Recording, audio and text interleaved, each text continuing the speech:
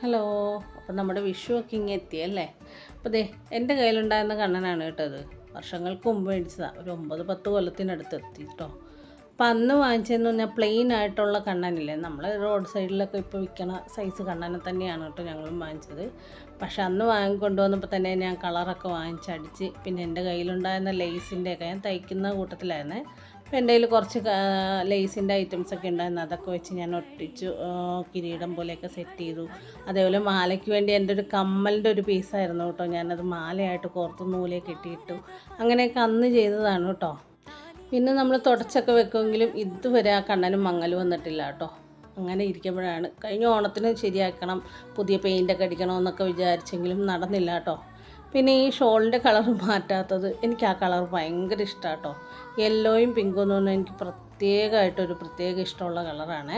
പിന്നെ നമ്മുടെ കയ്യിലുണ്ടായിരുന്ന ബാക്കി ഐറ്റംസൊക്കെ വെച്ചുണ്ടാക്കിയതാണ്, ശരിയാക്കിയതാണ്. നിങ്ങൾക്ക് ഇഷ്ടപ്പെട്ടാന്ന് നോക്കുക. ശരിക്കും പറഞ്ഞാൽ ഇതിൽ ചെയ്ത് കഴിഞ്ഞപ്പോൾ എനിക്ക് ഭയങ്കരമായിട്ട് ഇഷ്ടപ്പെട്ടു കേട്ടോ. കണ്ണനെ കാണാൻ ഒരു പ്രത്യേക ഭംഗിയായിരുന്നു. അതേപോലെ തന്നെ രാത്രിയിലൊക്കെ നോക്കുമ്പോൾ ആ കല്ലൊക്കെ നല്ലതായിട്ട് വെട്ടിത്തിളങ്ങുക കേട്ടോ. അപ്പം അങ്ങനെയൊക്കെ കണ്ടപ്പോൾ തന്നെ ഒരു മനസ്സിനൊരു കുളിർമയൊക്കെ കിട്ടി. അപ്പോൾ എല്ലാവർക്കും ഇതൊക്കെ ചെയ്തെടുക്കാൻ പറ്റുന്നതേ ഉള്ളൂ. നമ്മുടെ കയ്യിലുള്ള സാധനങ്ങളൊക്കെ വെച്ച് നമുക്ക് കണ്ണനെ ഒരുക്കിയെടുക്കാം കേട്ടോ.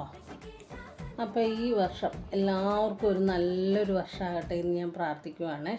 അതേപോലെ തന്നെ എല്ലാവർക്കും അഡ്വാൻസായിട്ട് ഞാൻ വിഷു ആശംസകൾ നേരുവാണ്. എല്ലാവരും കൂടെ നിന്ന് സപ്പോർട്ട് ചെയ്യുക. നിങ്ങളുടെ അഭിപ്രായങ്ങൾ കമൻ്റായിട്ട് രേഖപ്പെടുത്തുക.